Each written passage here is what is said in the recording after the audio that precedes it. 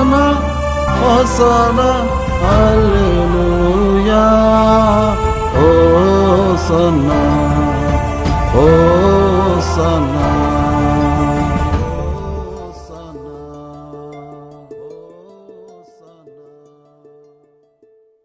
అందరికీ ప్రేమపూర్వకమైనటువంటి వందనాలు. అందరూ బాగున్నారా? మంచిది. దేవుని వాక్యాన్ని చదువుకుందాం. పరిశుద్ధ గ్రంథమైనటువంటి బైబిల్లో నుండి హెస్కేలు గ్రంథం 37వ అధ్యాయం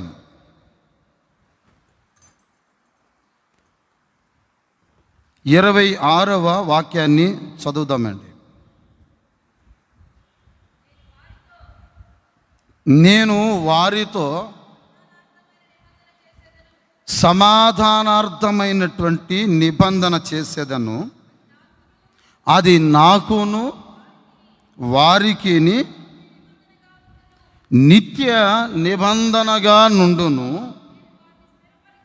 నేను వారిని స్థిరపరిచెదను, వారిని విస్తరింపచేసి వారి మధ్య నా పరిశుద్ధ స్థలమును నిత్యము ఉంచెదను. గట్టిగా చప్పలు కొడతారా? గట్టిగా చప్పలు కొడతారు. చాలా చక్కటి విషయం. దేవుడు ప్రవక్త అయినటువంటి హెస్కేలు ద్వారా చాలా చక్కటి విషయాన్ని మాట్లాడుతూ వస్తున్నాడు. ఒక వాగ్దానం. ఏంటి ఆ వాగ్దానం అనంటే, నేను నా ప్రజలతో సమాధానార్థమైనటువంటి నిబంధన చేస్తున్నాను. వినాలి, తలల పైకి ఎత్తి వినండి. ఏ నిబంధన చేస్తున్నాను? నేను నోరు తెరిచి చెప్పండి. ఏ నిబంధన చేస్తున్నాను? సమాధానార్థమైనటువంటి నిబంధన చేస్తున్నాను. అది నాకును వారికి మధ్యలో అది ఎలా ఉంటుందంటే నిత్య నిబంధనగా మారబోతుంది. అందరూ ఆమేనండి. నిత్య నిబంధనగా మారబోతుంది. నేను వాళ్ళకి నిత్య నిబంధన చేస్తాను. వారి నిత్యము ఆశీర్వాదకరముగా ఉండేటట్లుగా వారిని నేను స్థిరపరుస్తాను, వారిని విస్తరింపచేస్తాను, వారిని నేను దీవిస్తాను. అంతేకాదు, అక్కడ రాయబడినటువంటి చాలా చక్కటి విషయం ఏంటంటే, నా పరిశుద్ధ స్థలాన్ని వారి మధ్యలో ఉంచెదను. వారు నిత్యము ఎలా ఉంటారంటే, వారు స్థిరపరచబడిన వారై, వాళ్ళు స్థిరులై వాళ్ళు ఉంటారు. నేను వారితో చేసే నిబంధన ఏదో సర్వసాధారణమైనటువంటి నిబంధన కాదు. నేను చేసే నిబంధన ఎటువంటి నిబంధన అంటే నిత్య నిబంధన.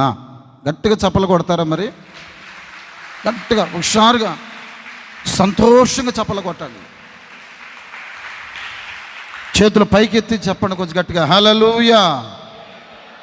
నా ప్రియ దేవుని బిడ్డలారా, పరిశుద్ధాత్ముడు ఈ నెలలో మన హృదయాలతో మాట్లాడుతున్నాడు, మనతో మాట్లాడుతున్నాడు. నా ప్రజలతో నేను ఒక నిబంధన చేయాలనుకుంటున్నాను. ఇంతవరకు ఎన్నో నిబంధనలు చేశాడు, కానీ దేవుడే మనతో నిత్య నిబంధన. దానికి మరొక విషయం ఏంటంటే శాశ్వత, చెప్పండి, శాశ్వత నిబంధన. నిత్య నిబంధన అన్నా, శాశ్వత నిబంధన అని అన్నా, ఈ రెండు నిబంధనలు ఒకటే. నిత్యము ఉండేది లేక శాశ్వత కాలము ఉండే ఒక నిబంధనను నేను చేయబోతున్నాను. ఆ నిబంధన చేసి వాళ్ళని నేను స్థిరపరుస్తాను.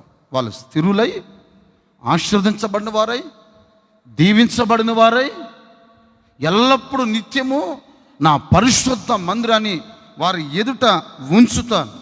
వారికి నేను కాపరునై ఉండబోతున్నాను.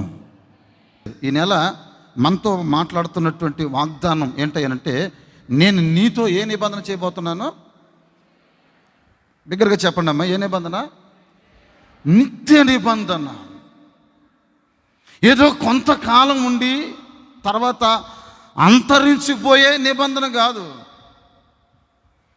ఏదో కొంతకాలం కొనసాగి కొంతకాలం తర్వాత ఆగిపోయే నిబంధన కాదు.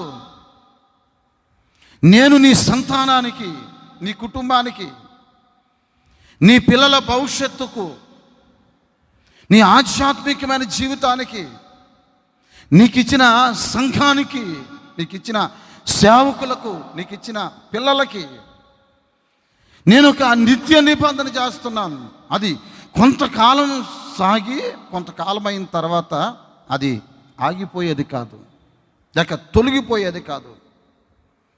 నేను వారితోటి ఒక నిత్య నిబంధన చేస్తున్నాను. అది ఎప్పటి వరకు ఉంటుందో తెలిసిన, భూమి ఆకాశములు, సూర్య చంద్ర నక్షత్రాలు ఏంటి మనం నిలబడినటువంటి ఈ భూమి చాపు వలె చుట్టబడి పంచభూతములన్నీ కూడా లయమైపోయేంత వరకు నేను మీతో చేసినటువంటి ఆ నిబంధన శాశ్వత కాలము ఉండును గాక. చప్పట్లు కొట్టి ప్రభుని స్తుతించండి. శాశ్వత కాలం ఉండును గాక. అటువంటి నిబంధన నేను చేయబోతున్నాను కనుక నా ప్రజలు ఆశీర్వదించబడతారు. నేను అటువంటి నిబంధన చేత నేను అత్యధికంగా ఆశీర్వదించబోతున్నాను. నా ప్రియ సహోదరులారా, దేవుని బిడలారా, సూర్యుడు, చంద్రుడు, పంచభూతాలు అన్నీ కూడా లయమైపోయేంత వరకు, ఏమిటి తొలగిపోయేంత వరకు ఒక శాశ్వతమైనటువంటి నిబంధన నీతో చేయాలని నా ప్రభువు కోరుకున్నాడండి. నిబంధన ఎందుకు చేస్తాడు దేవుడు? ఎవరితో చేస్తాడు? చేయటానికి గల కారణం ఏంటి అని బైబిల్లో మనం కొన్ని విషయాలు గమనిద్దాం. అసలు దేవుడు నిబంధన ఎందుకు చేస్తాడు? అసలు ఒక కారణం చెప్తాను, తర్వాత మీకు సందేశంలోనికి, సబ్జెక్ట్లోనికి నేను వెళ్తాను. చూడండి ఎందుకు చేస్తాడో. ఇరిమియా గ్రంథం 32వ అధ్యాయం, ఇరిమియా గ్రంథం 32వ అధ్యాయం 40వ వాక్యం, 40వ వాక్యాన్ని చదువుదాం. మేలు చెయ్య మానకుండునట్లు నిత్యమైన నిబంధన వారితో నేను చేయుచున్నాను. మేలు చేయి మానకుండా ఉండటానికి నేను వారితో నిత్య నిబంధన చేస్తున్నాను. ఒక శాశ్వతమైన నిబంధన చేస్తున్నాను. నాకును వారికి మధ్యలో ఒక శాశ్వతమైన నిబంధన ఉండబోతుంది. ఎందుకు? నా ప్రజలతో ఆ నిత్య నిబంధనని, లేక శాశ్వతమైనటువంటి నిబంధనని, తొలగిపోయినటువంటి ఆ నిబంధన చేస్తున్నానంటే నేను నిత్యము వారికి మేలు చెయ్యక మానకుండునట్లు నేను మేలు చేయాలి గనక నాకు వారికి మధ్యలో ఒక మేలుకరమైన విషయాలు జరగాలి. ఈ సంవత్సరంలో ఎన్నో మేలు మనం పొందాలి, అయితే అవి మనం పొందలేదు. ఎన్నో ఆశీర్వాదాలు అనుభవించాలి, అవి మనం అనుభవించలేదు. ఎన్నో మనము చూడాలనుకున్నాం, ఎన్నో అనుభవించాలనుకున్నాం, వాటినన్నిటినీ కూడా మనము అనుభవించలేదు. అయితే ప్రభు ఈ నెల వాగ్దానం చేస్తున్నాడు, ఇక నేను వాళ్ళకి మేలు చేయ మానకుండా ఉండునట్లు ఇప్పుడు ఈ నెలలో నేను ఏ నిబంధన చేయబోతున్నాను నీతోటి? కొద్దిగా చెప్పండి, ఏ నిబంధన చేయబోతున్నాను? నిత్య నిబంధన చేయబోతున్నాను. నీకు మేలు చేయాలని, నీ జీవితంలో ఒక అద్భుతమైన ఆశీర్వాదాన్ని కలిగించాలని. ఇంతవరకు నువ్వు అనుకున్న ఆశీర్వాదం కళతో నువ్వు చూడలేకపోయావు, అనుభవించలేకపోయావు, పొందలేకపోయావు. నీ కుటుంబం కానీ, నీవు కానీ, నీ పిల్లలు కానీ మీరు చూడలేదు. అయితే నా ప్రభు వాగ్దానం చేస్తున్నాడు, ఈ నెలలో నా జనులతో నేను వాగ్దానం చేస్తున్నాను. నా ప్రజలైనటువంటి ఇశ్రాయేలుతో వాగ్దానం చేస్తున్నాను. నా జనులైనటువంటి నిబంధన రక్తము చేత కడగబడినటువంటి నా ప్రజలకి నేను మేలు చేయ మానను. ఇక మీదట మేలు చేయ మానను. నీ కుటుంబంలో ఈ నెల నుండి అద్భుతమైన మేలులు జరగబోతున్నాయి. ఇంతవరకు ప్రతికూలమైన పరిస్థితులు అనుభవించింది వాస్తవమే. అయితే నా దేవుని వాగ్దానం మిమ్మల్ని వెంటాడబోతుంది. నేను ఎందుకు నిత్య నిబంధన చేస్తున్నాను తెలిసిన, మేలు చేయ చెప్పండి మేలు చేయ మానకుండునట్లు నేను వారితో నిత్య నిబంధన చేస్తున్నాను. నిత్య నిబంధన చేస్తున్నాడు. నిబంధన ఎవరితో చేస్తాడు? దేవుడు చెప్తున్నాడు కదా, ఈ నెలలో సమాధానార్థమైనటువంటి నిబంధన నీకును నాకును మధ్యలో ఉండబోతుంది. ఆ నిబంధన ఎలా ఉంటుందో తెలిసిన, నిత్య నిబంధనగా మారబోతుంది. కనుక నేను నిబంధన ఎందుకు చేస్తున్నా తెలిసిన, మేలు చేయ మానకుండునట్లు. ఇక ఎప్పుడు నీ కుటుంబంలో మేలే జరుగును గాక, నీ సంఘంలో మేలు జరుగును గాక, నీ వ్యాపారంలో మేలు జరుగును గాక, నీ కుటుంబ వ్యవస్థలో మేలు జరుగును గాక, నీ ఆరోగ్య విషయంలో మేలు జరుగును గాక, నీ సంఘంలో అద్భుతం జరుగును గాక, మీరు చేస్తున్న వ్యాపారంలో అద్భుతాలు జరుగును గాక. అంతట అద్భుతమైనటువంటి మేలు ఈ నెలలో నీకు చేయాలని నా ప్రభు నీతో ఏ నిబంధన చేస్తున్నాడు? రెండో విషయం, ఎవరితో చేస్తాడు ఈ నిబంధన?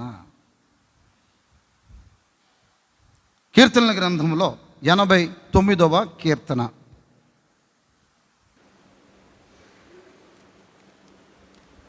3వ వాక్యాన్ని చదువుదాం. నేను ఏర్పరచుకునిన వానితో నిబంధన చేసి ఉన్నాను. అందరూ ఆమెను అందమండి. ఎవరితో అంటే వాళ్ళతో చేయడంట నిబంధన. తగిన అనుకుంటా వచ్చేస్తే నీతో నిబంధన చేస్తాడని అనుకోవద్దు. పెళ్లి మండపంలో, కళ్యాణ మండపంలో భర్త ఎవరితో చేస్తాడు? ఏర్పరచబడిన భార్యతోనే చేస్తాడు. అట్లా కాదని చెప్పి దాని చెల్లెలతో చేస్తాడా? నీకంటే భలే ఉంది మీ చెల్లిలా, దాంతో చేస్తాడండి నిబంధన. ఎవరితో చేస్తాడు? ఏర్పాటు చేయబడింది నాకు భారీగా ఉండటానికి, నాకు సతీమణిగా ఉండటానికి, నా జీవిత పార్ట్నర్గా లేక భాగస్వామిగా పిలవబడటానికి ఆమె నా ప్రక్కన నిలబడింది కనుక ఆమెతో నిబంధన చేస్తాడు. ఏమని చేస్తాడు ఆ రోజున?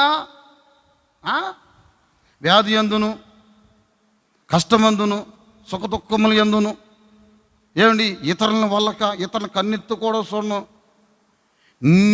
నాకు భారీగా స్వీకరిస్తున్నాను. ఆకలైన, దప్పులైన, ఇరుకు ఇబ్బందులైన, కష్టకాలమైన, వెదకాలమైన, శీతాకాలమైన, వర్షాకాలమైన నేను సంకనెత్తుకునే తిరుగుతాను అని చేస్తాడు నిబంధన. ఎందుకు నిబంధన చేస్తున్నాడు?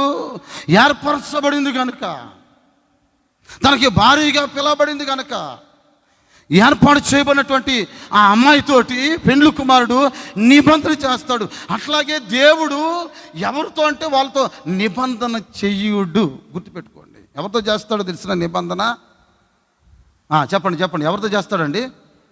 ఏర్పరచబడిన వారితో మాత్రమే చేయబోతున్నాడండి. అందరూ ఆమె నన్ను కొంచెం గట్టిగా. నీవు ఏర్పాటు చేయబడాలి దేవుని కొరకు, వాగ్దానం కొరకు, నిబంధన కొరకు ఏర్పరచబడిన వ్యక్తివై మీరు ఉండాలి. బైబిల్లో రాస్తున్న మాట తెలిసిన అనేక జనములో నుండి దేవుడు మిమ్మల్ని ఏర్పరచుకున్న జనము.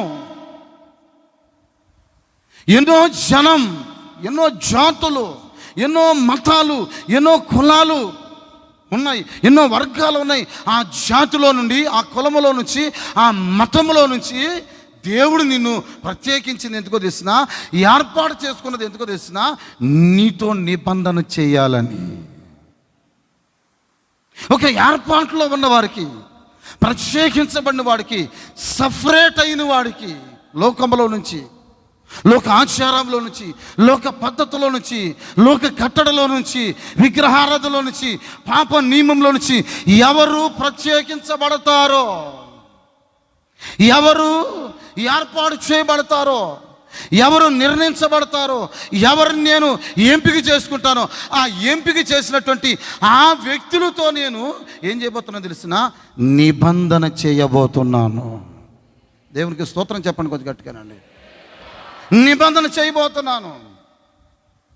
దేవుని ఏర్పాట్లో మనం ఉండాలి. ఒక వాగ్దానాన్ని మనం స్వతంత్రించుకోవాలంటే, దేవుని రాజ్యాన్ని మనం స్వతంత్రించుకోవాలంటే, దైవ చిత్తాన్ని మనం అనుభవించాలంటే, దేవుని యొక్క నిబంధన మన జీవితాల్లో నెరవేరాలంటే మనలో తప్పనిసరిగా ఉండవలసిందంటే తెలిసిన దేవుని చేత మనము ఏర్పరచబడిన వారమై ఉండాలండి. దేవునికి స్తోత్రం చెప్పండి కొంచెం గట్టిగానండి. కొంచెం గట్టిగా చెప్దామండి. దేవుడు నిబంధన చేశాడు అనుకోండి, వినాలి. ఎందుకు చేస్తాడు? మేలు చేసేదాని కొరకు చేస్తాడు. నిబంధన చేసేది అందుకనే, నేను మేలు చేయాలి, ఇక ఏదో ఒక మేలు నీలో ప్రారంభించాలి, అందుకని దేవుడు చేస్తాడు. రెండవ విషయం, ఎవరికి చేస్తాడు? చెప్పండి ఎవరికండి?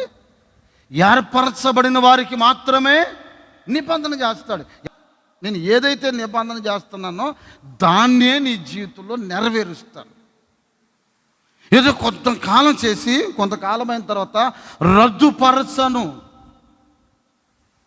నా నిబంధనను మార్చను.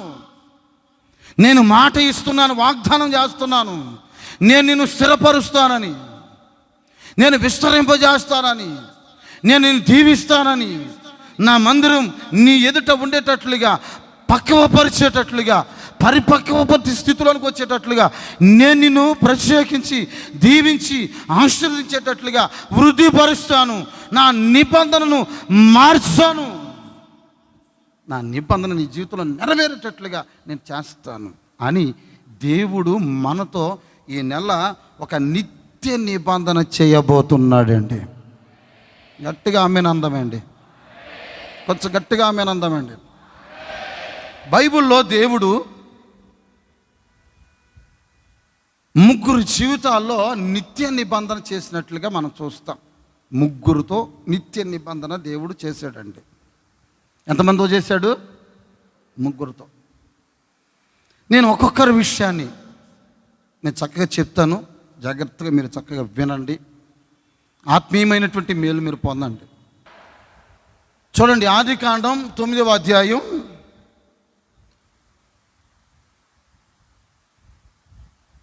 10వ వాక్యాన్ని ఒకసారి గమనించండి. మీతోను మీ తదనంతరము మీ సంతానముతోను మీతో కూడానున్న ప్రతి జీవితోను, పక్షులేమి పశువులేమి, మీతో కూడా సమస్తమైన భూజంతువులేమి, ఓడలో నుండి బయటికి వచ్చిన సమస్త భూజంతువులతోను నా నిబంధన స్థిరపరచుచున్నాను. నేను మీతో నా నిబంధన స్థిరపరచుదును. చేతుల పైకి సార్ కొంచెం గట్టిగా చెప్పండి. కొంచెం గట్టిగా చెప్పండి. హల్లెలూయా చెప్పండి. హల్లెలూయా. నోవహు జీవితాన్ని మనం బాగా గుర్తు తెలుసు. నోవహు తోటి దేవుడు ఒక నిత్య నిబంధన చేస్తున్నాడు. ఎప్పుడు చేస్తున్నాడు? మనకు బాగా తెలిసిన విషయమే. జలప్రలయం అయిపోయింది. దేవుని చిత్తాన్ని బాగా ఎరిగినవాడు నోవహు. ఆయన తరములో ఆయన ఎలా ఉన్నాడయ్యానంటే నిందారహితుడై దేవుని దృష్టిలో పవిత్రముగా పరిశుద్ధంగా కనపడ్డాడు. 6వ అధ్యాయంలో మనం గమనిస్తాం. నోవహు తన తరములో దేవుని దృష్టిలో నిందారహితుడును నీతిమంతుడిగా కనపడ్డాడు. దేవుడు గుర్తెరిగాడు, నోవహు ఈ తరము వారిలో నీవు అక్కడవే నా దృష్టికి ఎలా కనపడ్డావు? నీవు నాకు నిందారహితుడిగా నీతిమంతుడిగా కనపడ్డావయ్యా. నేను ఈ భూమిని భూలోకాన్ని చూస్తున్నప్పుడు సర్వ శరీరులు బలాత్కారం చేత నింపబడిన వారై, వారు పాపము చేసి దేవుడు అనుగ్రహిస్తున్నటువంటి ఆ మహిమను వాళ్ళు పోగొట్టుకుని వారు తమ తమ మార్గాల్ని చెరుపుకున్నారయ్యా. కనుక నేను ఈ భూమి మీద నుండి వారు చేసినటువంటి ఆ పాపం పరలోకపు సింహాసనాన్ని అంటుకుని అంత పాపం వారు చేస్తున్నారు కనుక నేను ఈ భూమి మీద నుండి వారిని తుడిచివేసి, ఈ భూమి మీద నుండి వారిని పూర్తిగా లయపరిచి నేను నిన్ను ఆశీర్వదించబోతున్నాను. జాగ్రత్తగా వినండి. పాపిష్టి జనాంగాన్ని తొలగిస్తాను, పాప సంబంధమైన కార్యాన్ని భూమి మీద నుండి తొలగిస్తాను, పాప బీజం ఇక మీదట కనబడకుండా నేను తొలగిస్తాను. తొలగించిన తరువాత నేను నిన్ను అత్యధికముగా ఆశీర్వదిస్తాను, నిన్ను వృద్ధిపరుస్తాను. నేను నీతో ఒక నిబంధన చేస్తున్నాను. ఆ నిబంధన నీకు నాకు మధ్యలో నిత్య నిబంధనగా ఉండబోతోంది.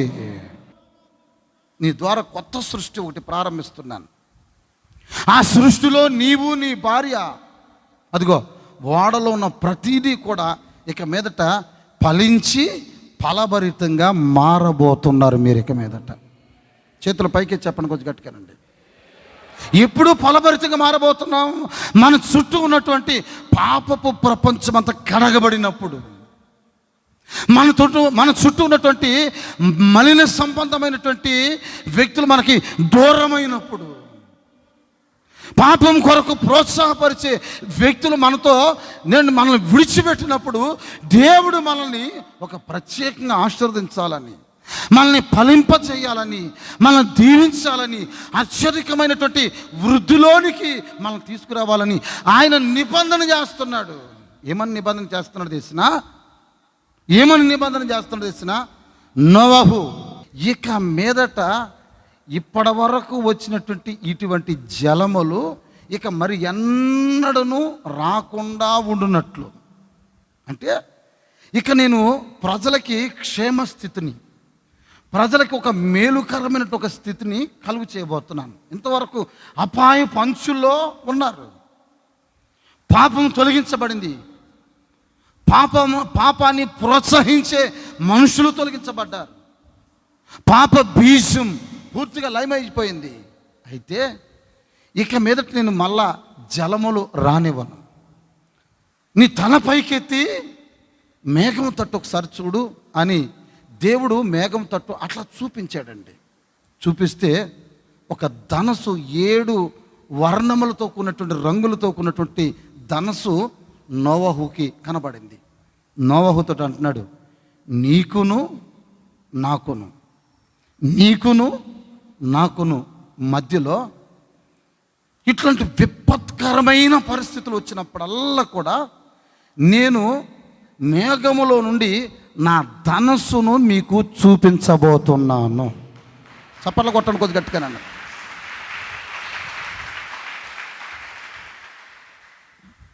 వేల సంవత్సరాలు అయిపోయింది, సంవత్సరాలు, యుగాలు, తరాలు గతించిపోయాయి, మనుషులు గతించిపోయారు, ప్రకృతిలో ఎన్నో విపత్తులు జరిగాయి. జాగ్రత్తగా వినండి.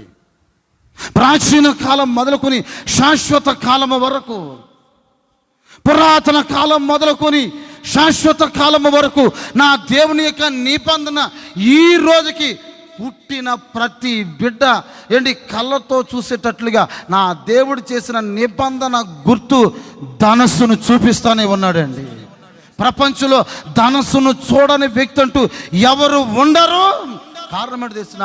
నా దేవుడు నోవహుతో చేసినటువంటి ఆ నిబంధన నిత్య నిబంధనగా మారింది.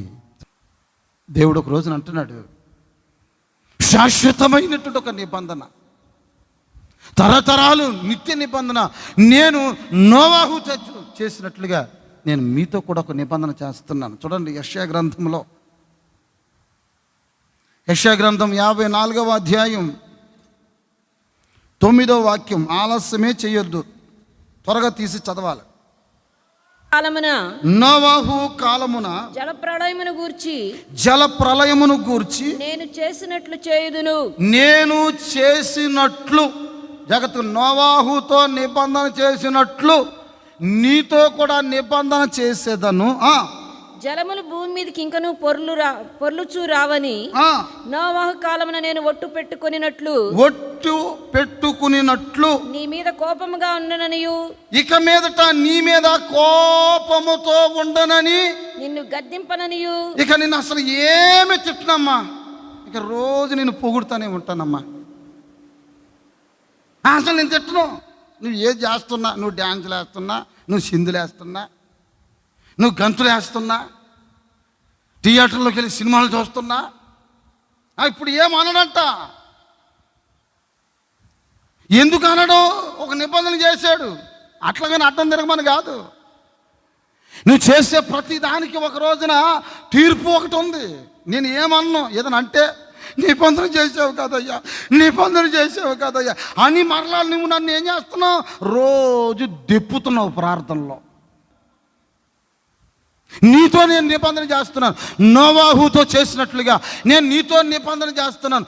ఇక మీదట నేను నీ మీద ఏం పడను అమ్మా, కోపంగా ఉండను, గద్దెంపను. ఇంకెందుకుంటారు మీతో కోపంగా? నేను ఎప్పుడన్నా ఉంటున్నాను? అసలు కోపంగా ఎప్పుడన్నా ఉంటున్నానా?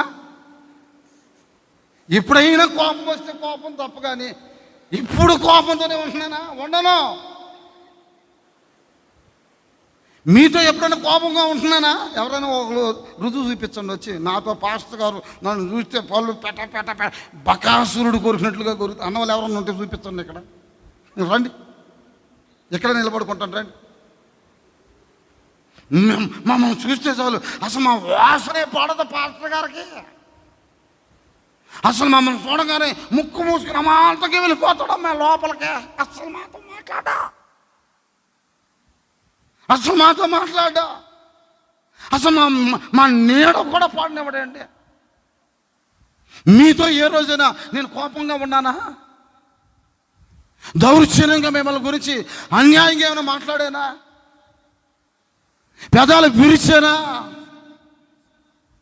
మిమ్మల్ని గురించి శాపాన్ని పొందాలనో, లేకపోతే మీ సంతతి లయపరచబడాలనో, సంఘానికి దూరం అవ్వాలని ఏ రోజైనా మనసులో కాదండి, నా కలలో కూడా మిమ్మల్ని గురించి నేను రానివ్వలేదు. నేను మంచి మనస్సాక్షితో చెప్తున్నాను, మంచి మనస్సాక్షితోటి, ఒక నిర్దోషమైనటువంటి మనసుతో చెప్తున్నాను. ఏ రోజు రానివ్వలేదు. నా దేవుడు వాగ్దానం చేస్తున్నాడు, నీ మీద ఇక మీదట నేను కోపపడను. చప్పట్లు కొట్టండి కొంచెం గట్టిగా, చప్పట్లు కొట్టండి. నేను చేతులు పైకేసి చెప్పండి కొంచెం గట్టిగా, హల్లెలూయా. ఇక నేను నిన్ను గర్దించను. క్రమంగా ఉంటే నేను ఎందుకు గద్దిస్తాను? క్రమం తప్పితేనే గద్దించేది. ఎవరిని గద్దించేది? క్రమం తప్పితే ఏసాలు వేస్తున్నా, ఏంది వేషాలు వేస్తున్నా? సంఘం అనుకున్నావా? ఏమనుకున్నావు? ఇది ప్రార్థనా మందిరం అనుకున్నావా? ఏమనుకున్నావు? జాగ్రత్త, ఒళ్ళు దగ్గర పెట్టుకో అని నేను గర్దిస్తాను. ఎప్పుడు క్రమం తప్పితే. క్రమంలో ఉంటే మిమ్మల్ని నేను ఎందుకు అంటానండి? అంటానా? అసలు మిమ్మల్ని అంతే కలుపోవు, పోయిన కళ్ళు మళ్ళీ తిరిగి ఎన్ని మందులు వేసుకున్నా రావు మిమ్మల్ని అన్న తర్వాత. చేతులు పైకేసి చెప్పండి కొంచెం గట్టిగానండి, గట్టిగా చెప్పండి, హల్లెలూయా. నీ మీద కోపపడను, నేను నిన్ను ఆశ్రయించుకోను, నేను నీ మీద గద్దించే పరిస్థితులు ఏం పెట్టుకోను. ఒక పురుషుడు తన భార్యని రప్పిస్తున్నట్లుగా నేను నిన్ను రప్పిస్తున్నాను. అక్కడ భార్య భర్తల ఇద్దరి యొక్క ఏమండి అనుబంధాన్ని గురించి రాయబడి ఉంది. ఆ అధ్యాయం ఇళ్ళకెళ్ళిన తర్వాత మీరు చదవండి, ఇళ్ళకెళ్ళిన తర్వాత చదవండి, ఇక్కడ కాదమ్మా. నా ప్రభు వాగ్దానం చేస్తున్నాడు, ఇక మీదట భూమి మీదకి జలములు రానివ్వను. నేను ఒక నిబంధన చేస్తున్నాను, నోవాహుతో చేసినట్లుగా నేను నీతో నిబంధన చేస్తున్నాను. ఇక మీదట నీ మీద నేను కోపపడను. చప్పట్ల కొట్టి ప్రభుని స్తుతించండి. నేను కోపపడను. నా కోపము కానీ, నా ఉగ్రత కానీ, నా శిక్ష కానీ నీ మీదకి రానివ్వను. నేను ఎవరో తెలిసిన దయాళుడను. నేను దయాళుడను. ఉగ్రవాదిని కాదు, ఉగ్రుని కాదు, టెర్రరిస్ట్ని అంతకంటే కాదు. నేను ఎవరినో తెలిసిన దయాళుడను. నేను మీపైన దీర్ఘశాంతం చూపించేవాడిని అని దేవుడు చక్కని వాగ్దానం నోవాహుతో నిత్య నిబంధన చేస్తున్నట్లుగా నీతో నిబంధన చేస్తున్నాడు. ఈ తరము వారిలో నీవు నా దేవునికి నీతిమంతుడిగా కనబడిన రోజున, నీవు పవిత్రపరచబడి నా దేవుని దృష్టిలో నీతిగా యథార్థముగా పవిత్రంగా కనబడిన రోజున నీతో దేవుడు నిత్య నిబంధన చేసి ఇక నేను నీ మీద ఏం పడను చెప్పండి, కోపం పడనివ్వను, కోపపడను, పొరపాటుని పడను, నేను గద్దించను, నేను హక్కును చేర్చుకుంటాను, నా నిబంధన స్థిరపరుస్తాను. నోవాహుతో చేసిన అదే నిబంధన ఈ రోజున ఈ ఆదివారం నా ప్రభు నీతో చేస్తున్నాడు. ఆ వాగ్దానం, ఆ నిబంధన ధనస్సును నువ్వు చూసినప్పుడల్లా నీవు గుర్తుపెట్టుకోవాలి, ఈ అక్టోబర్ ఈ 4వ తారీఖున నాతో ప్రభు నిత్య నిబంధన చేశాడు ఆయన. మరొక విషయం చెప్తాను, గమనించండి. ఆదికాండం 17వ అధ్యాయం 7వ వాక్యాన్ని చదవండి ఒకసారి. నేను నీకును నీ తరువాత నీ సంతానమునకును దేవుడునై ఉండునట్లు నాకును నీకును నీ తరువాత వారి తరములలో నీ సంతతికి మధ్య నా నిబంధన నిత్య నిబంధనగా స్థిరపరిచెదను. నీకును నాకును మధ్యలో నీ తర్వాత నీ సంతతి వారికి కూడా నేను నిత్య నిబంధన స్థిరపరిచేదను. అందరూ ఆమెనానండి, కొంచెం ఆమెనానండి. 13వ వాక్యం కూడా చదవాలి ఇప్పుడు. నీ ఇంట పుట్టిన వాడును, నీ ఇంట్లో పుట్టినటువంటి వారు, నీ వెండితో కొనబడిన వాడును తప్పక సున్నతి పొందాలి. అప్పుడు నా నిబంధన మీ శరీరమందు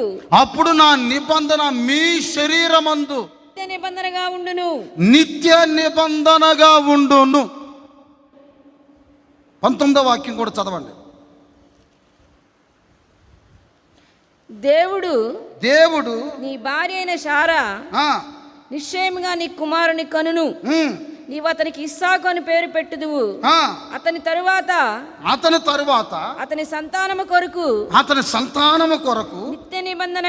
నిత్య నిబంధనగా నా నిబంధన అతనితో స్థిరపరచెదను. నీ సంతానాన్ని నేను స్థిరపరచడానికి నిత్య నిబంధన చేస్తున్నాను.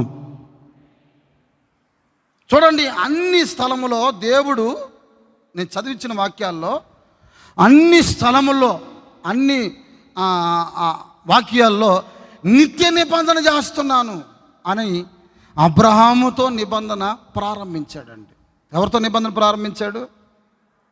కొంచెం గట్టిగా చెప్పండి తల్లి. ఎవరితో నిబంధన ప్రారంభించాడండి? అబ్రహాముతో నిబంధన ప్రారంభించాడు. దేవుడు అబ్రహాముకి ఒక నిబంధన చేస్తున్నాడు. నేను నీకు ఒక సంతానాన్ని ఇస్తున్నాను, ఆ సంతానంతో నిబంధన చేస్తాను. నీవు నా సన్నిధిలో నిందారహితుడివై నడవాలి. నా సన్నిధిలో నీవు నిందారహితుడివై నడువుము. నీకును నాకును మధ్యలో ఒక నిబంధన చేస్తాను. ఆ నిబంధన ఎలా ఉంటుందంటే నిత్య నిబంధనగా మారబోతుంది. ఆ నిబంధన ద్వారా నేను నిన్ను అత్యధికంగా అభివృద్ధి పరుస్తాను, దీవిస్తాను. నీ గర్భాశయములో నుండి రాజులు, మంత్రులు, రాజ్యాలు వచ్చేటట్లుగా నేను చేస్తాను. జనాంగం వచ్చేటట్లుగా, ఒక జనము వచ్చేటట్లుగా నేను చేస్తాను. అబ్రహాం, నీవు నా సన్నిధిలో నిందారహితుడివై ఉండాలి. నేను చేసే ఆ నిబంధన నీకును నీ తర్వాత నెక్స్ట్ నీ సంతానం అని అనబడుతున్న ఇస్సాకుకి కూడా ఆ నిబంధన వర్తిస్తుంది. నీకే కాదు, నీ పిల్లకు కూడా వర్తిస్తుంది ఆ నిబంధన. నీ సంతానానికి కూడా అది వర్తిస్తుంది. దానిని నేను స్థిరపరుస్తాను, ఆ నిబంధన ఆశీర్వదిస్తాను, ఆ నిబంధన నేను ముద్రిస్తాను. అది నిత్య నిబంధనగా మారేటట్లుగా నేను చేస్తాను. దేవునికి స్తోత్రం చెప్పండి కొంచెం గట్టిగానండి, కొంచెం గట్టిగా చెప్పండి హల్లెలూయా. బిగ్గరగా చెప్పండి హల్లెలూయా. అబ్రహాం, నీ పేరు భూలోకంలో ప్రతి వంశం వారు తమ నోటతో పలికేటట్లుగా చేస్తాను. నీ సంతానాన్ని నేను స్థిరపరుస్తాను. నేను ఒక నిబంధన చేస్తున్నాను. ఆ నిబంధన మీ శరీరమందు కనబడాలి. ఎక్కడ కనపడాలంటే అండి, అది కొంచెం గట్టిగా చెప్పండి. ఎక్కడ కనపడాలంట? మీ శరీరంలో కనబడాలి, మీ హృదయాల్లో కనబడాలి, మీ మనస్సులో నేను చేస్తున్నటువంటి ఆ నిబంధన కనబడాలి. నిబంధన ఈ రోజున మీ శరీరంలో కనబడాలంటే మీరు ఏం చేయాలంటే, ప్రతి వాడు నీ ఇంట పుట్టిన ప్రతి బిడ్డ లేక నీ ఇంట పుట్టినటువంటి ప్రతి దాసుడును, వెండికి కొనబడినటువంటి దాసుడును, నీ ఇంట పుట్టిన వారందరూ కూడా నా నిబంధన వారి శరీరమందు కనబడినట్లు వారికి నిశ్చయముగా సున్నతి చేయవలెను.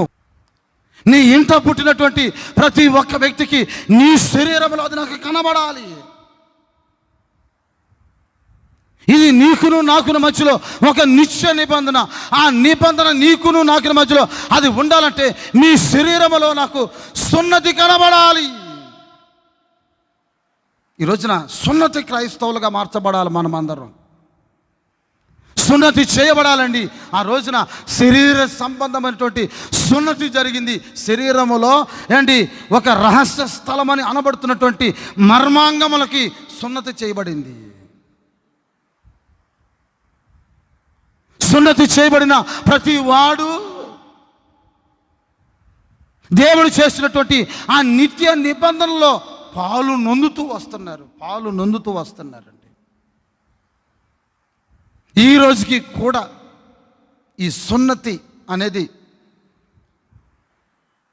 సైంటిఫిక్గా కూడా కొందరు చేసుకుంటున్నారు.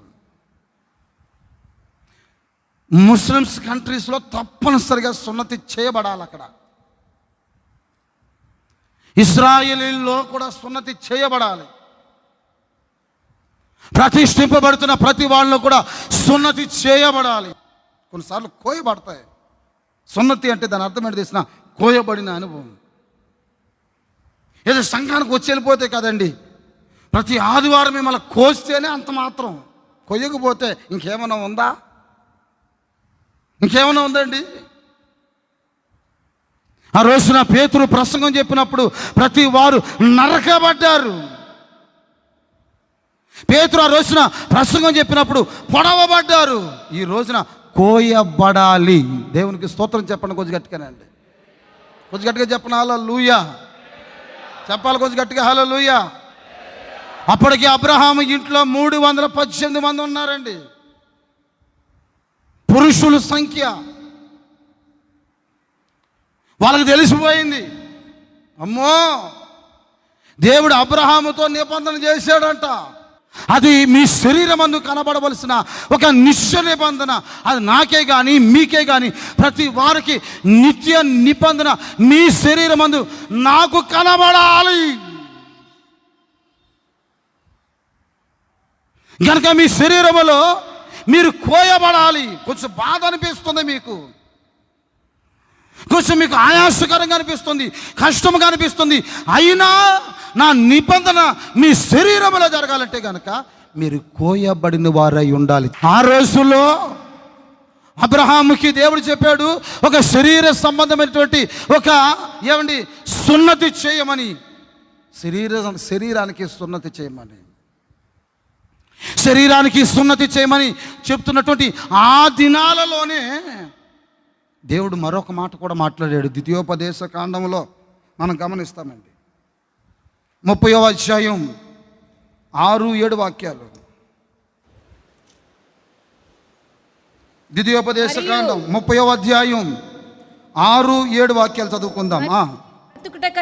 మరియు నీవు బ్రతకాలంటే నీ పూర్ణ హృదయముతోను, నీ పూర్ణ హృదయముతోను, నీ పూర్ణ ఆత్మతోను, పూర్ణ ఆత్మతోను నీ దేవుడైన యెహోవాను ప్రేమించునట్లు, దేవుడైనటువంటి యెహోవాను ప్రేమించునట్లు, దేవుడైన యెహోవా తనకు లోబడుటకు నీ హృదయమునకును. అదిగోండి, చూసారండి. ఒకటి అబ్రహాముతో శరీరానికి అని చెప్పాడు, ఇక్కడ ఆత్మ సంబంధమైన మరొక విషయం ఏంటంటే నీ హృదయానికి కూడా ఏం చేయబడాలంటే అండి, ఇప్పుడు ఎందుకు సున్నతి చేయబడాలి?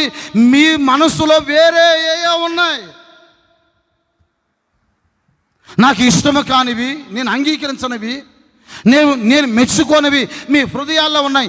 అందుకనే పూర్ణ మనస్సుతోటి పూర్ణాత్మతో నన్ను సేవించి ఆరాధన చేయవలసిన మీరు మీ హృదయాల్లో అజితేంద్రియాల చేత, పగల చేత, ఈర్ష్యల చేత, కక్షల చేత, క్రోధముల చేత, పక్షపాతముల చేత మీరు నడిపించబడుతున్నారు. గనుక మీరు మీ హృదయాలతో నన్ను ప్రేమించటం లేదు, నన్ను వెంబడించటం లేదు, నన్ను అనుసరించటం లేదు. కనుక మీరు నన్ను ప్రేమించాలి, మీరు నాకు లోబడాలి, నన్ను ఆరాధన చేయాలి అని మీరు అనుకుంటే మీ హృదయాలకు సున్నతి చేయబడాలి. గట్టిగా ఆమె అందాం అనుకోవచ్చు, గట్టిగానండి. ఎవరు ఆరాధన చేస్తారో తెలిసిన సున్నతి చేయబడినటువంటి హృదయం కలిగిన వారు మాత్రమే ఆరాధన చేయగలుగుతారండి. నిండు మనస్సుతో నన్ను ప్రేమించాలి. ఏది నీవు నన్ను ప్రేమించట్లేదు? ఈ రోజున డబ్బును ప్రేమించినంతగా నన్ను ప్రేమిస్తున్నావా? ఆస్తిని ప్రేమిస్తున్నంతగా నన్ను ప్రేమిస్తున్నావా? నీ భార్యని ప్రేమిస్తున్నంతగా నన్ను ప్రేమిస్తున్నావా? నీ సహోదరుని ప్రేమిస్తున్నంతగా నన్ను ప్రేమిస్తున్నావా? నీ పిల్లల్ని ప్రేమిస్తున్నంతగా నన్ను ప్రేమిస్తున్నావా? బంగారాన్ని ప్రేమిస్తున్నట్లుగా నన్ను ప్రేమిస్తున్నావా? నన్ను ప్రేమించడం లేదు. మీరు ప్రేమించబడాలి, మీరు నన్ను ప్రేమించాలి. మన ఇద్దరి మధ్యలో ఒక నిత్య నిబంధన ఉండాలి. ఆ నిబంధన మీ జీవితంలో జరగాలంటే మీకును నాకును మధ్యలో మీ హృదయాలకి సున్నతి చేయబడాలి. చప్పట్లు కొట్టి ప్రభుని స్తుతిద్దాం. మనం మీ హృదయాలకు చేయబడాలండి. మీ హృదయాల్లో ఏముందో ఒకసారి ఆలోచన చేయండి. కోపతాపాలు ఉన్నాయేమో, పక్షపాతాలు ఉన్నాయేమో, అజితేంద్రియం గుండెల్లో గూడు కట్టుకొని ఇతరులంటే ఓర్చుకోలేక పగ ఈర్ష్య పెట్టుకుని ఉన్నావేమో, గిట్టట్లేదేమో, అభివృద్ధి చెందుతున్నట్టే చూసి అసూయపడుతూ వస్తున్నావేమో. ఒకవేళ ఒక సేవకునిగా నేను మీతో చెప్తూ వస్తున్నాను, ఒక మంచి మనస్సాక్షితోటి. నేను ఈ రోజున ఈ పరిచర్యని ఆశీర్వాదకరంగా దేవుడు మార్చడానికి గల కారణం నాకు ఒక్కటి తెలుసు. అదేంటో తెలుసిన, ఎప్పుడు నా హృదయానికి సున్నతి చేయబడాలి. నాకు ఏదైనా నిశ్శబ్దమైనది ఏదైనా ఉంటే నా హృదయంలో నుంచి కోయబడి బయటికి పారేయాలి దాన్ని. ఒక మంచి మనస్సాక్షితో చెప్తున్నాను. నేను అడుగుపెట్టిన ఆ రోజు నుంచి ఈ రోజు వరకు ఒకరి గురించి దుర్బుద్ధి కానీ దురాలోచన కానీ, మీరెవరో నేనెవరో నాకు తెలియదు. నన్ను ప్రేమించి పరిచర్నిచ్చాడు. మీరు నన్ను మీ సహోదరుల కంటే కూడా, మీ బంధువుల కంటే కూడా, మీ రక్త సంబంధుల కంటే కూడా నన్ను ఎక్కువ ప్రేమిస్తున్నారు. మిమ్మల్ని గురించి ఏమైనా ఒక చెడుగా అభిప్రాయాలు నా మనసులో కలిగి ఉంటే, ఏదో కొన్నిసార్లు బాధ వస్తే తప్పగానేమండి, కొన్ని విషయాలు బాధ వస్తే, ఎందుకు వీళ్ళ ద్వారా నాకు ఇటువంటి బాధ వస్తుంది, కొన్ని సమస్య నాకు వీళ్ళ ద్వారా ఎందుకు వస్తుంది, అట్లే మోకరించి ప్రార్థన చేసుకుని, ప్రభా నా మనసులో అది పెరగనివ్వద్దు, నేను అందరినీ ప్రేమిస్తున్నట్లుగానే అందరికీ న్యూట్రల్గా ఉండేటట్లుగా, అందరికి అందుబాటులో ఉండేటట్లుగా నన్ను చేయి. నా స్టేటస్ మారకూడదు. నాది నేను అప్పుడు ఎలా ఉంటున్నానో ఇప్పుడును అలాగే ఉండేటట్లుగా నా హృదయం ఎల్లప్పుడూ సున్నతి చేయబడిన హృదయంగా నా హృదయం ఉండును గాక. మీ హృదయాలు అలా ఉండాలండి. ఎదుటి వాడిని చూస్తున్నప్పుడు నీ హృదయానికి సున్నతి చేయబడినట్లుగా కనబడాలి. నీ కళ్ళ ముందు ఆశ్రయించబడుతున్న వారు చూస్తున్నప్పుడు వాళ్ళ మీద దురాలోచన రాకూడదు, దుర్బుద్ధి రాకూడదు. వాళ్ళని చూడగానే నీ హృదయానికి మా బిడ్డలు ఆశీర్వదించబడుతున్నారు, వాళ్ళు దీవించబడుతున్నారని నీ హృదయానికి ఏం చేయబడాలి చెప్పండి? సున్నతి చేయబడాలి. సున్నతి లేని హృదయంతో దేవుణ్ణి ఒకవేళ ప్రేమిస్తున్నావేమో, సున్నతి లేనిటువంటి హృదయంతో దేవునికి లోబడటం అసంభవం.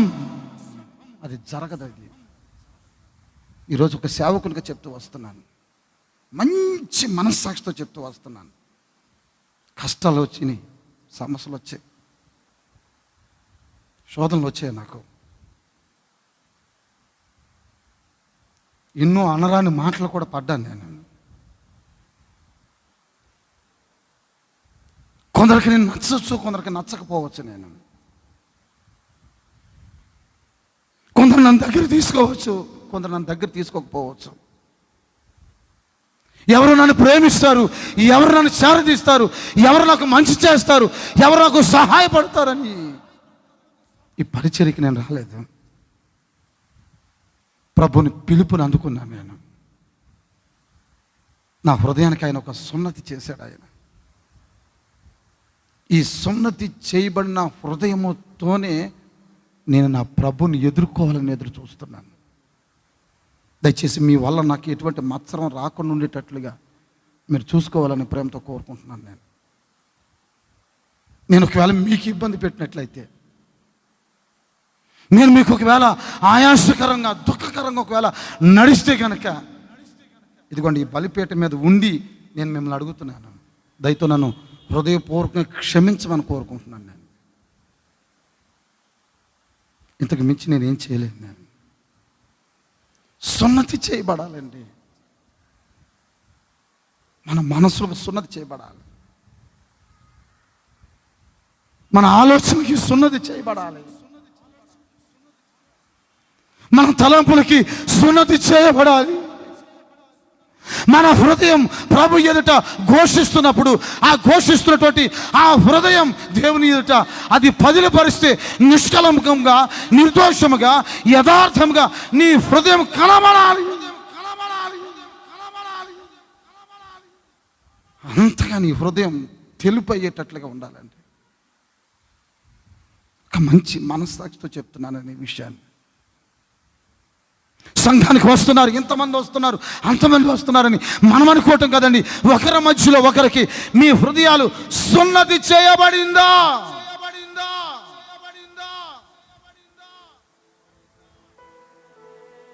అబ్రహాం,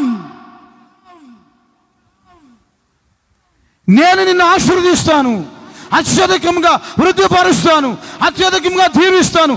అయితే నీ శరీరమందు నా నిబంధన కనపడాలి.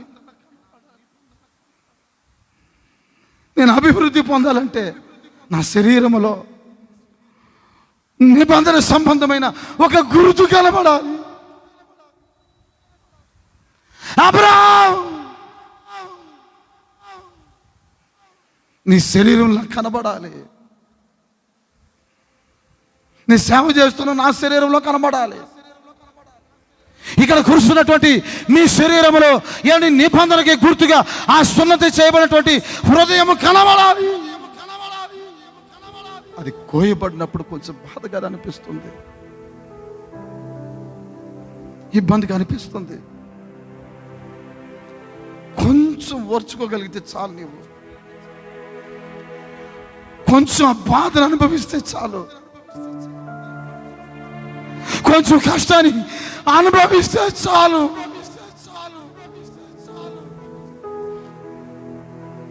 కోయబడిన తర్వాత, అతుచ్చమైన దాన్ని తీసుకెళ్ళి పాడేసిన తర్వాత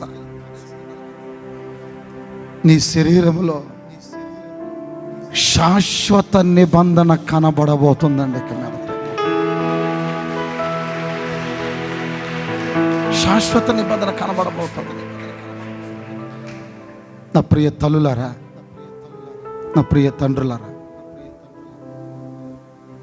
నా స్నేహితులారా,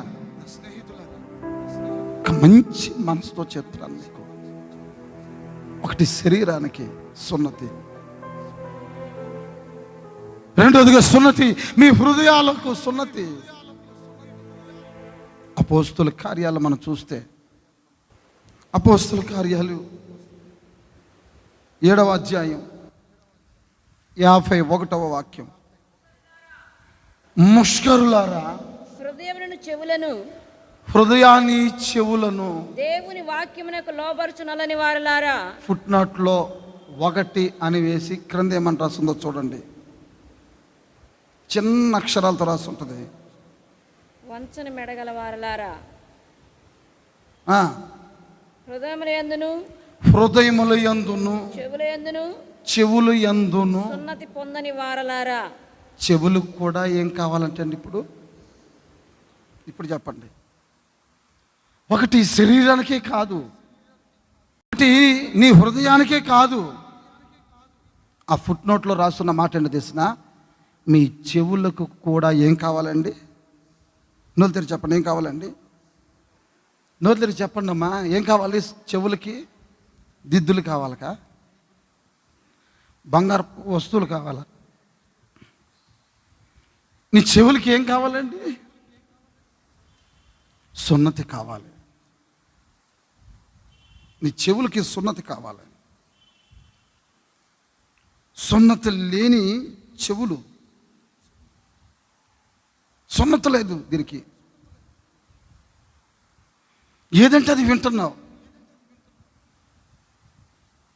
లేని విషయాలని వింటున్నావు. ఆ విన్నదానికి ఈ ఈ ఈ సున్నతి కావాలి. దీనికి సున్నతి కావాలి.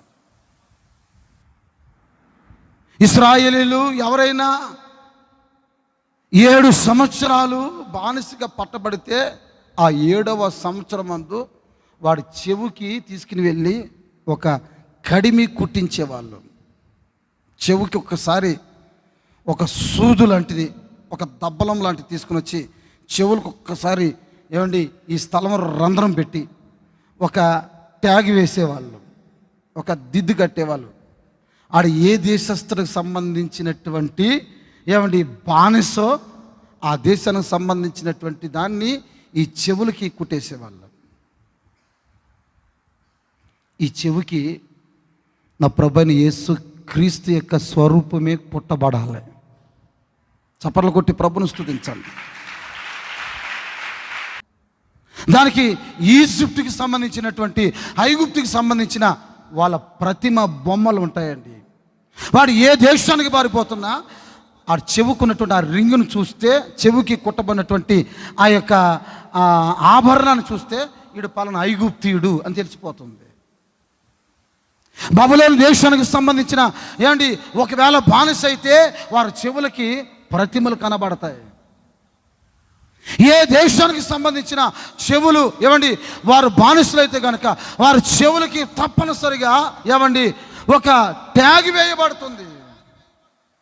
నా ప్రియ దేవుని బిడ్డలారా, నీవు క్రైస్తవుడు గనక, రక్షణ పొందిన దేవుని విశ్వాసువు గనక, రక్షణ పొందినటువంటి దేవుని బిడ్డవు గనక నీ చెవులకు యేసు రక్తమనే ట్యాగ్ వేయబడాలి.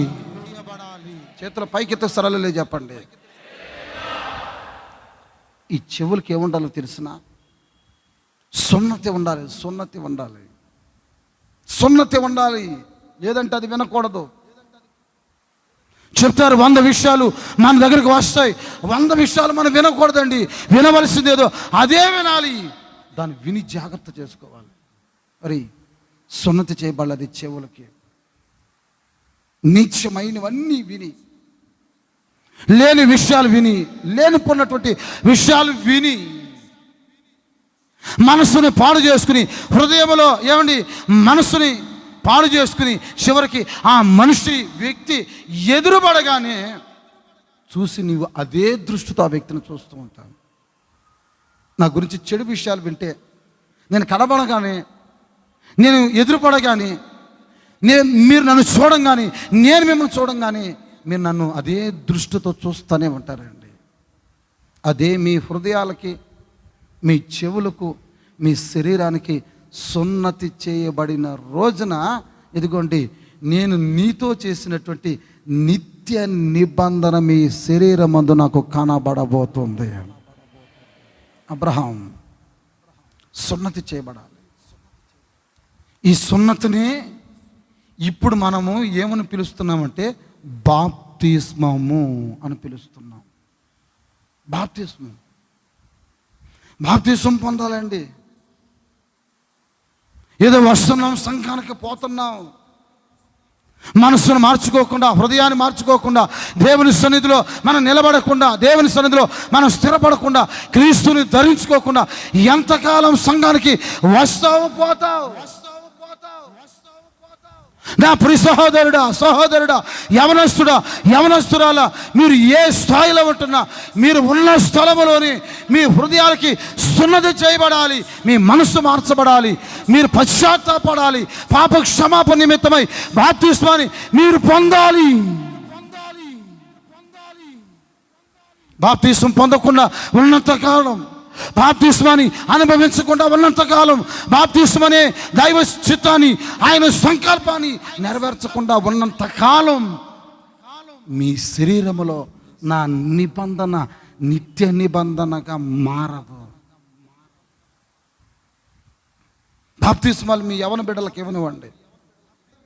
15 సంవత్సరాలు నిండిన మీ పిల్లలకి వాళ్ళకి చక్కగా బాప్తిస్మాలు ఇవ్వండి.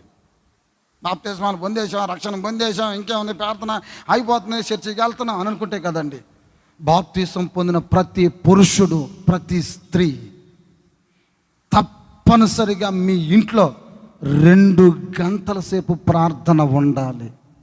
మీ రక్షణ కాపాడబడాలంటే, మీ రక్షణ స్థిరపరచబడాలంటే ఉదయం 1 గంట,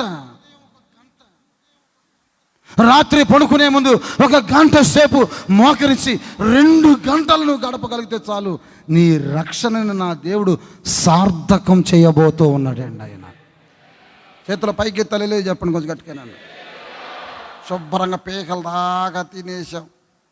ప్రభా మటన్ తెచ్చుకున్నాను ఆయన, ముదురు మాంసం ప్రభా, గోంగూర వేసుకున్నాను, అందులో గోంగూర వేసుకున్నానయ్యా, కొంచెం ఆశ ఎక్కువై తిన్నానయ్యా, ఒక రకంగా అనిపిస్తుంది, కనుక ప్రార్థన చేసుకుని అంత ఓపిక నాకు లేదు నాయన, ఈ రోజుకి ఎట్లాగట్లాగా నువ్వే అడ్జస్ట్ అయిపోయి ప్రభువా, అడ్జస్ట్ కొబ్బరిని తీసుకురా, కొబ్బరిని తీసుకుని వచ్చి డబ్బా నోట్లు పిండుకుని అడిగేటట్లు సహాయం చేయను ఆయన. ఆ మంచం కోళ్ళకి 4 కోళ్ళకి సిలువేసి ప్రభువా, ఈరోజు నేను ఏం చేయలేని పరిస్థితిలో నేను ఉన్నాను ప్రభువా. గాబ్రియేలు దూతని, కెరూబుల్ని, సెరూపుల్ని, మికాయేల్ని వీళ్ళందరూ నా మంచం చుట్టూ కాపలాగా ఉంచున్నాయన. ఒకవేళ వాళ్ళందరూ బిజీగా ఉంటే సాక్షాత్తు నువ్వే వచ్చే ప్రభువా అని ఈ దరిద్రమైనటువంటి ఆర్డర్లు వేయకండి. ఆయనకి మోకరించి కాస్త ప్రార్థన చేయండి. రక్షణ పొందిన తర్వాత, బాప్తిసం పొందిన తర్వాత తప్పనిసరిగా ఆ రక్షణ కాపాడబడాలి, అది స్థిరపరచబడాలంటే 1 గంట సేపు నువ్వు ప్రార్థన చేయాలి. నా పిల్లలు బాప్తిసం పొందేశారండి, మంచిది, నీ పిల్లలకు బాప్తిస్మాలు ఇప్పించు. ఇంకెప్పుడు ఇప్పిస్తావు? వయసుకు వచ్చి రాగానే దానికి సెల్ ఫోన్, చాట్ అంత సెల్ ఫోన్ ఇచ్చావే, అది ఏం చూస్తుందో మనకు అర్థం కావట్లేదు. ఆన్లైన్ క్లాసులు అని చెప్పావు దానికి, మళ్ళా ముదిరిపోయింది ప్రేమ, ముదిరిపోయింది, పిచ్చిలోకి పిచ్చిలోకి వచ్చేసింది ప్రేమ. సకలము చేస్తున్నావు ఆత్మ సంబంధంగా, నీ బిడ్డల జీవితంలో ఎంత స్థిరత్వం కలిగి ఉంటున్నావు, వారికి బాప్తిస్మాలకి వాళ్ళు నిర్ణయించు. కుటుంబాలతో ఒకవేళ నువ్వు ఉంటే బాప్తిస్మాలు మీరు కూడా పొందండి. అవన్నీ చిలకరింపు బాప్తిస్మాలు, అవి ప్రభు రాకడికి పనికిరావు. ముంచట బాప్తిస్మాలు పొందండి. దేవునికి స్తోత్రం చెప్పండి కొంచెం గట్టిగా అండి. చిలకరింపు బాప్తిస్మాలు కాదు, మా పాస్టర్ గారు ఇచ్చారండి. నీకు ఇచ్చిన పాస్టర్ గారు ఒకవేళ ఆత్మాభిషేకం పొందిన సేవకుడు కాదు చూసుకోండి ఒకసారి. ఆత్మాభిషేకం పొందిన సేవకుడా కాదు చూసుకోండి. ఆదివారం వాక్యం చెప్పి సోమవారం నుంచి శనివారం వరకు చికెన్ మార్కెట్లో పనిచేసేవాడైతే అది పనికిరాదు నీకు, అంతే కదరా. సోమవారం నుండి శనివారం చికెన్ కొడతా ఉన్నాడండి, ఆదివారం మాత్రం బాగా నా పిల్లలారా అని ఇట్లాంటి ప్రసంగాలు చెప్పే వాళ్ళ దగ్గర బాప్తిస్మాలు తీసుకుంటే అది చెల్లవు. దేవుని చేత నిర్ణయించబడినవాడు, అభిషేకించబడినవాడు, ఎంపిక చేయబడినవాడు, ప్రతిష్ఠింపబడినటువంటి ఆ సేవకుడు బాప్తిస్మాలు ఇచ్చిన రోజునే అవి బాప్తిస్మాలుగా పరిగణించబడతాయి. అందరూ ఆమెను చెప్పండి కొంచెం గట్టిగానండి. నిత్య నిబంధన చేస్తున్నాను. సున్నతి పొందాలి, నీ శరీరమందు బాప్తిస్మాలు పొందాలి. అది నీకును నాకును మధ్యలో నిత్య నిబంధన. నేను నిన్ను కలుసుకోవటానికి, నీవు నన్ను కలుసుకోవటానికి, నేను నీలో ఉండటానికి, నీవు నాలో ఉండటానికి, మన ఇద్దరము క్రీస్తుని ధరించుకోవటానికి అనుకోండి మీ శరీరమందు బాప్తిస్మ అనే అనుభవం కావాలండి. నోవహుతో దేవుడు నిబంధన చేశాడు, అబ్రహాముతో దేవుడు నిబంధన చేశాడు. మరొక విషయం చెప్పి నేను ముగిస్తున్నాను, గమనించండి. చూడండి,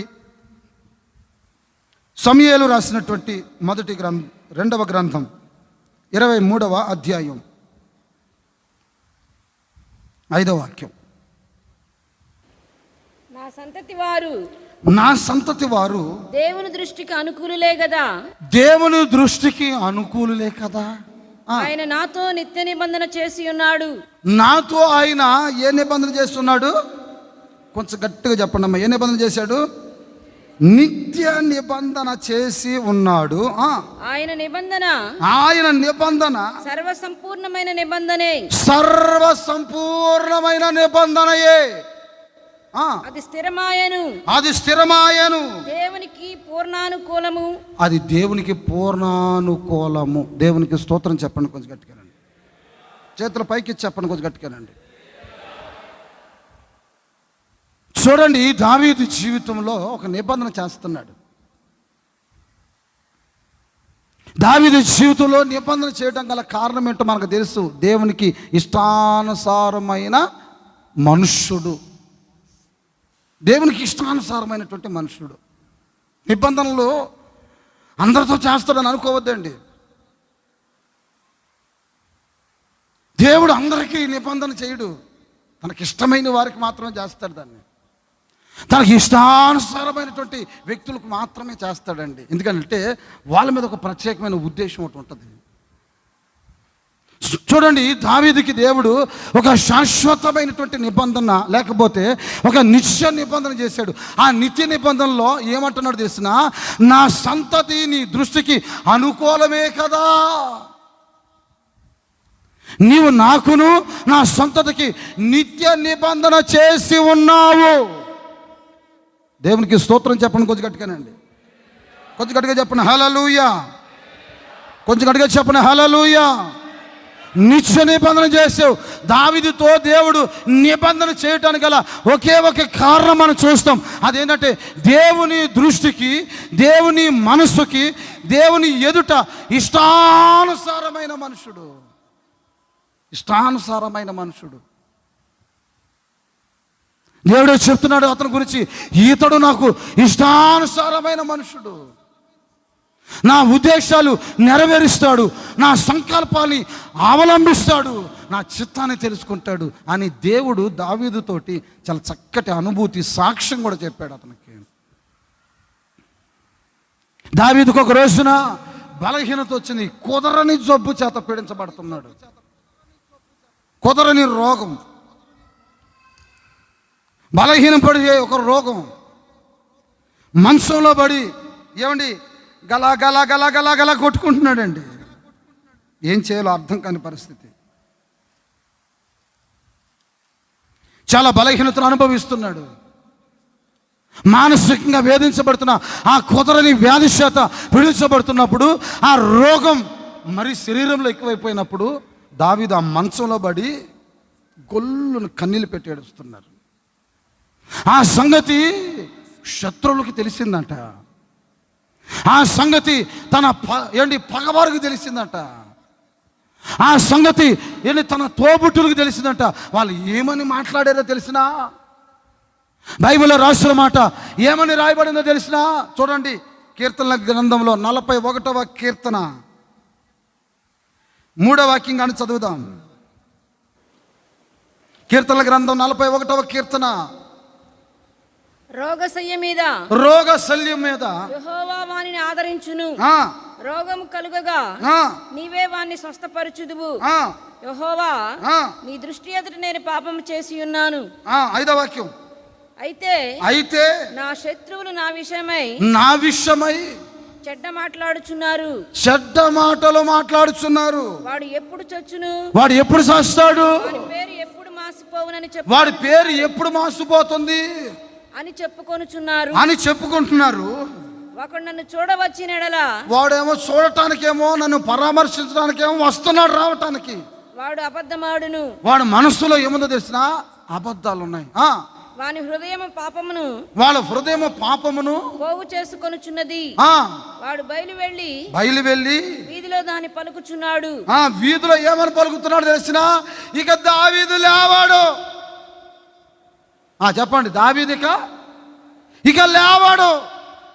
ఇప్పుడే చూసి వచ్చా, వాడు సచ్చేటట్లే ఉన్నాడు. కళ్ళు బయటకు వచ్చినాయి, పళ్ళు బయటకు వచ్చాయి, నోట్లో మాటలు రావట్లా. హాస్పిటల్లో పెట్టారు, కోవిడ్ వచ్చింది. కోవిడా కరోనా చేత పీడించబడుతున్నాడు దావీదు. ఎంతోమంది చేశారురా. దావీదు సావకుండా ఉంటాడా? బయటికి వెళ్ళి మాట్లాడుతున్నాడట. బయటికి వెళ్ళి విషయాన్ని ఇలాగే చెప్తున్నట్టండి. ఇక దావీదు లేవాడు, దావీదు సస్తాడు, వాడి పేరు మాసిపోతుంది, వాడు సింహాసనం తలకిందలైపోతుంది. జాగ్రత్తగా వినండి. 8వ వాక్యం చూడండి ఒకసారి. కుదరని రోగము సంభవించి ఉన్నది. వాడు ఈ పడక విడిచి తిరిగి లేవడని చెప్పుకొనుచున్నారయ్యా. దావీదు ఏమని ప్రార్థన చేస్తున్నాడు చూడు. నా గురించి ఇక తిరిగి లేవాడు, వాడు సచ్చిన స్థలంలోనే చస్తాడు. కనీసం ఏమండి, ప్రభుత్వం వారు వాడి యొక్క శవాన్ని దేశ ప్రజలకు చూపించే దానికి కూర ఎవరు కారణం ఏంటంటే వాడికి వచ్చిన రోగం మామూలు రోగమా? కోవిడ్, కరోనా వచ్చింది. కనీసం పేకాలకు కూడా చూపించరు. మీకాలకి చూపించరు, పీకాలకి ఎవరికి చూపించరు. అట్లా ప్యాక్ చేసి జిప్పేసి శుభ్రంగా తీసుకుని వెళ్ళి 18 అడుగుల గుంటలో అట్లాగే దావీదుని కప్పెట్టేస్తారు, సమాధి చేసేస్తారు. ఇక లేవాడు. కుదరని జబ్బు వాడిని వెంటాడుతుంది. ఐసోలేటర్ల మీద ఉన్నాడంట, వెంటిలేటర్ మీద జరుగుతుందంట, ఉబ్బసం వస్తుందంట, మాట్లాడలేకపోతున్నాడు. ఇక దావీదు లేడు అని అనుకుంటూ ప్రజలు బయట చెప్పుకుంటూ, శత్రువులు అతని గురించి ఎప్పుడు చస్తాడా, వీడి పేరు ఎప్పుడు మాసిపోతుందా, తర్వాత నెక్స్ట్ మనమే రావాలా అని అనుకుంటుంటే దావీదు కన్నీళ్ళు పెట్టి ఏడుస్తుంటే దేవుడు దావీదుతోటి శాశ్వతమైన నిబంధన చేసాడంటే అండి. ఏంటి ఆ నిబంధన తెలిసినా? దావీదా, నువ్వు ఎందుకు భయపడతావు బాబు? నేను నీకును నీ సంతానానికి శాశ్వత కాలము, సూర్యుడు చంద్రుడు ఉన్నంత కాలం నీ సింహాసనం భూమి మీద నేను స్థాపించబోతున్నాను. కొట్టండి చప్పట్లు, కొంచెం గట్టిగా చప్పట్లు కొట్టండి. సంతోషంగా చేతుల పైకి చెప్పండి, కొద్దిగా గట్టిగానండి. నీ పేరు మాసిపోదు, నీ పేరు బలహీనం అవ్వదు. నీ సింహాసనం అధిష్టానంలోకి రాబోతుంది. నీ సింహాసనం మీద కూర్చున్న ప్రతి వాణ్ణి నేను శాశ్వత కాలం, సదాకాలం నేను వాళ్ళని స్థిరపరచబోతున్నాను. నా దేవుని బిడ్డలారా, ఈరోజు వాగ్దానం చేస్తున్నాడు, మిమ్మల్ని బట్టి మీ పిల్లల సింహాసనాలు స్థిరపరచబడబోతున్నాయి. అందరూ ఆమేనండి, కొంచెం గట్టిగానండి. మిమ్మల్ని బట్టి మీ పిల్లలు స్థిరపరచబడబోతున్నారు. మీ సంతానం ఆస్వాదించబడబోతుంది. మీ పిల్లలు వృద్ధిలోనికి రాబోతున్నారు. మీ పిల్లల సింహాసనం అధిష్టానంలోకి రాబోతుంది. నా ప్రభు అంత అద్భుతాన్ని ఈ నెలలో మిమ్మల్ని బట్టి చేయును కాక. అంతగా ఆమేనండి, కొంచెం గట్టిగానండి. దావీదా, భయపడొద్దు. ఎందుకు భయపడతావు? నువ్వు భయపడొద్దు. నిన్ను బట్టి నీ సింహాసనం నేను స్థిరంగా ఉండేటట్లుగా చేస్తాను. ప్రజలందరూ కూడా నీ సింహాసనం దగ్గరకు వచ్చి చేతులెత్తి దండం పెట్టి సాగిలపడి మురికేటట్లుగా చేస్తాను.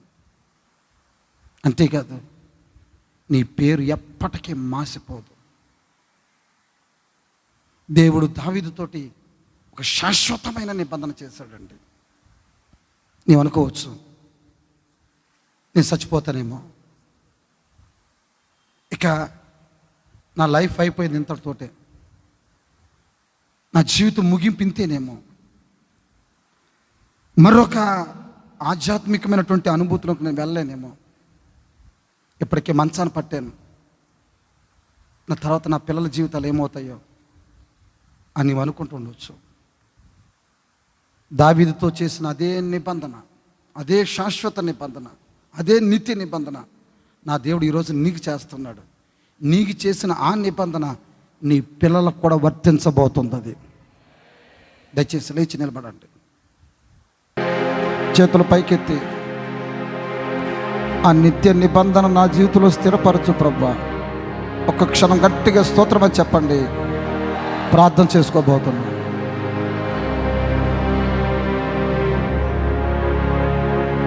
మమ్మల్ని మిక్కిలిగా ప్రేమించిన మా ప్రియ పరలోకపు తండ్రి, నీ పరిశుద్ధమైన అతి శ్రేష్టమైన నామను బట్టి నీకు స్తోత్రాలు ప్రభువా.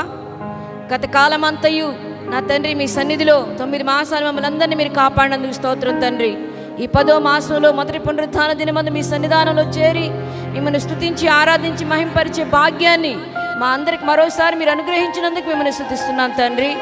ఈ యొక్క నాయన మొదటి పునరుత్థాన ఆరాధనలో మీ దాసులు మీ పక్షాన నిలబెట్టి కూడి వచ్చిన మా అందరితో వాక్యం ద్వారా మీరు మాట్లాడుతూ వచ్చిన మీ మాటల కొరకు స్తోత్రాలు చెల్లిస్తున్నాం నా తండ్రి. మీ సమాధానార్థమైన నిబంధనను మాతో మీరు స్థిరపరుస్తారని మీరు ఇచ్చిన వాక్కు కొరకు, వాగ్దానము కొరకై మిమ్మల్ని స్తుతిస్తున్నాం నా తండ్రి.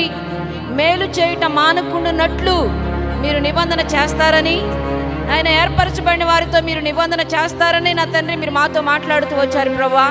ఇదిగో నా తండ్రి, మీరు మాతో నిబంధన చేయాలంటే మేము ఎలా ఉండాలో, ఎలా నడుచుకోవాలో కూడా మీరు మాతో మాట్లాడారు ప్రభువా. నిశ్చయంగా నా తండ్రి, మా మూల పితరులకు నా తండ్రి నోవాహుతో, అబ్రహాముతో, దావీదుతో మీరు నిత్య నిబంధన స్థిరపరిచారు నా తండ్రి. వారికి, వారి సంతానానికి నిబంధన మీరు స్థిరపరిచి వారిని ఆశీర్వదించారు తండ్రి. మా బ్రతుకుల్లో కూడా నా తండ్రి నిశ్చయంగా నాయన ఈ నిబంధన నా తండ్రి మీరు మాకు స్థిరపరచాలంటే మేము మీ సన్నిధిలో నీతిమంతులుగా, నిందారహితులుగా మేము బ్రతకాలని మీరు మాతో మాట్లాడారు తండ్రి. మేమందరం కూడా వాక్యాన్ని విన్నాం యేసయ్యా. ఇది మొదలుకొని మరి ఎక్కువగా మీ సన్నిధిలో నిందారహితమైన జీవితాన్ని నాయన నీతిమంతులుగా మేము జీవించినట్లు, బ్రతికేటట్లుగా మీరు కార్యములు జరిగించండి తండ్రి.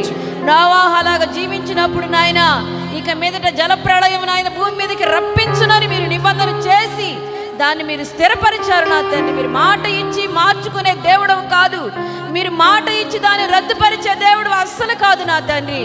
ఇదిగో నాయనా నీ వాక్కు నా తండ్రి బయలు వెళ్ళిందేసయ్యా. ఇది మొదలుకొని మేము అందరం కూడా నిందారితమైన జీవితం చేయగలుగునట్లుగా, మా బ్రతుకులో నీ నిబంధన స్థిరపడేటట్లుగా మీరు కార్యములు జరిగించమని వేడుకుంటున్నాం నా తండ్రి. ఇక మీదట నిన్ను గద్దించను, నీ మీద కోపపడను అని మీరు సెలవిచ్చి ఉన్నారు నా తండ్రి. ఇక మీదట మీరు మమ్మల్ని గద్దించకుండా ఉండేటట్లు, మా మీద నీ కోపం పడనివ్వకుండా ఉండినట్లుగా మేము అలాంటి పరిశుద్ధమైనటువంటి నిందారహితమైనటువంటి జీవితాన్ని మేము అందరం చేయనట్లుగా సహాయం చేయమని వేడుకుంటున్నాం తండ్రి.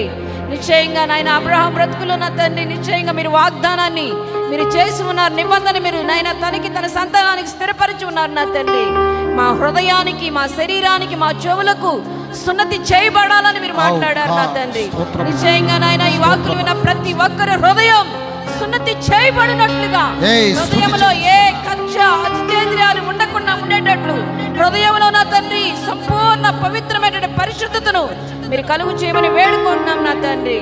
శరీరానికి, హృదయానికి, చెవులకు ఆయన సున్నతి చేయబడిన వ్యక్తులుగా మీ బిడ్డలు మారు మనసు పొందినట్లు, రక్షణ పొందేటట్లు, బాప్తిస్మాలు పొందినట్లుగా మీరు కార్యములు జరిగించమని వేడుకుంటున్నాం తండ్రి. నాయన ముఖ్యంగా దావీదుతో నాయన మీరు నిత్య నిబంధన మీరు స్థిరపరిచి ఉన్నారు నా తండ్రి. అలాగే మా బ్రతుకుల్లో కూడా నిబంధన స్థిరపడాలి అంటే నీ సన్నిధిలో నా తండ్రి మీకు ఇష్టానుసారమైన ప్రీతికరమైన జీవితాన్ని మేము చేయాలి, అలా బ్రతకాలి, అలా నడుచుకోవాలని మీరు తెలియజేసి ఉన్నారు నా తండ్రి. మనుషులకు ఇష్టమైన వ్యక్తులుగా కాకుండా యేసయ్యా మీకు ఇష్టానుసారమైన మనుషుడు ఏ విధంగానైనా దావీదు ఉన్నాడో మేము కూడా మీకు ఇష్టమైన ప్రియమైన వ్యక్తులుగా మేము జీవించేటట్లుగా, బ్రతికేటట్లుగా, నడుచుకున్నట్లుగా మీరు కార్యములు జరిగించండి నాయన. అలాగున్నప్పుడు దావీదుకు శాశ్వతమైన కృపను చూపారు. శాశ్వత కాలం తన నాయన తన కుటుంబానికి, తన సంతతికి నెరవేర్చారు నా తండ్రి. మా జీవితాల్లో, మా బ్రతుకుల్లో, మాకు, మా సంతతికి, మా పిల్లలందరికీ ఈ నిత్యమైన నిబంధన స్థిరపడినట్లుగా నాయన నిందారహితమైన జీవితాన్ని మీరు మాకు అనుగ్రహించండి. హృదయాలకు నా తండ్రి, ముఖ్యంగా నా దేవుడా శరీరానికి, చెవులకు సున్నతి చేయబడేటట్లు మీ సన్నిధిలో మీకు ఇష్టమైనటువంటి ప్రియమైన జీవితాన్ని మేమందరం చేసి ఈ యొక్క నా తండ్రి ఆయన ఈ యొక్క నిబంధన మా బ్రతుకుల్లో, మా జీవితాల్లో స్థిరపడినట్లుగా మీరు కార్యములు జరిగించమని వేడుకున్నాను తండ్రి. ఇంతబడి ఈ మాటలన్నింటినీ మాకు ఆశీర్వాదకరంగా మార్చండి. ఆ దిశగా నడిపించబడి మేమందరం దీవించబడి నా బ్రతుకుల్లో మీ ఆశీర్వాదాన్ని పొందినట్లుగా కార్యములు జరిగించండి తండ్రి. మీ సన్నిధికి కూడా వచ్చిన మీ ప్రజలను అయినా మీరు చేతులెత్తి మీరు ఆశీర్వదించమని ప్రార్థన చేయించున్నాం తండ్రి. ఈ ఆరాధన అంతటిని మహిమకరంగా మీరు జరిగించినందుకు స్తోత్రాలు తండ్రి. మీరు త్వరగా రాబోచుండగా మీరు వచ్చినప్పుడు మిమ్మల్ని ఎదుర్కొనే ధన్యత, భాగ్యం మీరు మా అందరికి అనుగ్రహించి ఆశీర్వదించమని యేసుక్రీస్తు పరిశుద్ధ నామమున ప్రార్థించి అడిగి వేడుకొనుచున్నాము తండ్రి. ఆమేన్.